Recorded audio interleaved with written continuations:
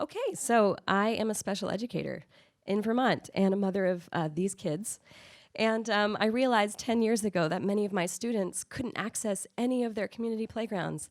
And actually, thousands of Vermonters can't access any of our community playgrounds. So I made it my mission to change our paradigm. And this is Oakledge for All. Not yet. This is our design. My committee, Oakledge for All, or OFA, as we lovingly call ourselves, is working with the Burlington Parks and Rec to build this playground. And we are a group of educators, families, community members who care deeply about this mission. Oh, here we go. Here's Universal Design, a story involving a student in a wheelchair who had to wait for the stairs in his school to be shoveled before he could get in. And he said, but if you shovel the ramp first, we can all get in. And I would argue, why not just have a ramp and no stairs? It's more cost-effective and inclusive. These are images taken 2 years ago of all the playgrounds in Burlington. They're fun, but you have to be able to use your arms and legs to run and walk and climb and access these structures, and 1 in 13 families have a person who can't. Many people can't even get to the structures through the grass or mulch using mobility devices. Annie Borden, an OFA volunteer and mom of 6-year-old twins, told me the other night at bedtime my daughter Posey began to cry out of the blue. She said, it's not fair that when we go to the school playground, I get to swing and slide and run and climb, and Otis can't do anything. I started to climb too, and I hugged her. I promised Oakledge for All would be better. So I started out on my quest 10 years ago, researching and visiting playgrounds. I had a lot of fun. This is the Helen Diller Playground in Dolores Park, San Francisco, surrounded by completely accessible pathways to the playground, around and within, and it's an incredibly stunning design.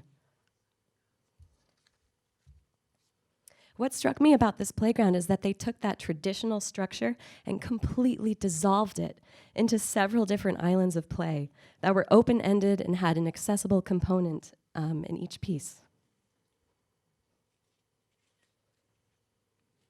We'll just look at that.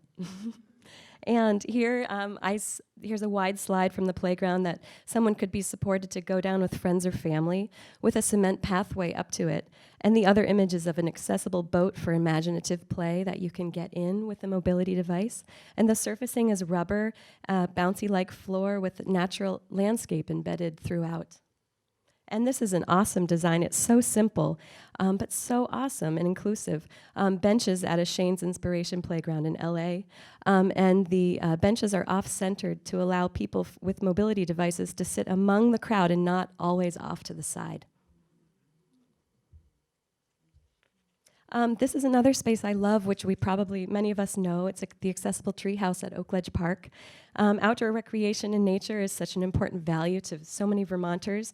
And through community input, OFA learned that many people really would love a quiet, natural space at a playground if they have a sensory need and need a break. So here's my first concept design. I got a Ben & Jerry's grant. And I worked with an architect, Rusty Keeler, and I pitched it to the Parks and Rec, and they said, yes, we will partner with you, like 9 years ago. Takes some time to do these things, I realized. But it includes like a lot of islands of play. And they had to do a really long site study and master plan, which is very important. But we are included in that master plan, and we're that purple rectangle.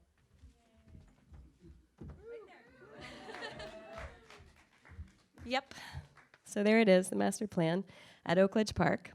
And we had a lot of community charrettes, solicited so much community input. I carried my babies, my newborns around the state, just talking to people about what is important to you. And here's a bunch of scribblings on a map of the park that our design firm, Ground View from Massachusetts, helped. So here's aerial footage of the design, similar to what you saw before. We actually used drones from UVM to take images. It was really cool working with UVM. And if you enter Oakledge Park, the playground will be right as you enter where the lower pavilion is. It'll take over the current playground. Oh, and here's some more detailed plans of the playground. It's really fun and loopy with a man-made hillslide and incorporates trees and natural landscaping. We're not keeping all of these elements that you see because we're trying to save money. But this is the concept design.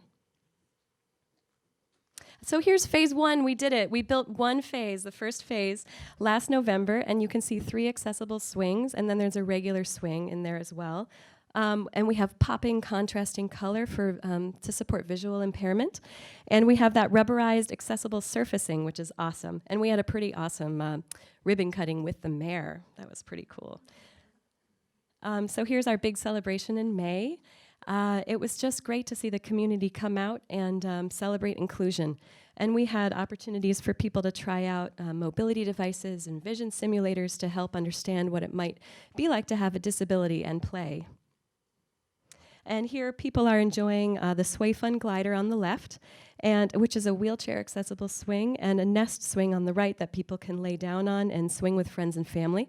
The best part is that you can watch the sunset and swing. It's pretty amazing. Over the lake, too. And so here's phase 2 in more detail, which we are currently fundraising for.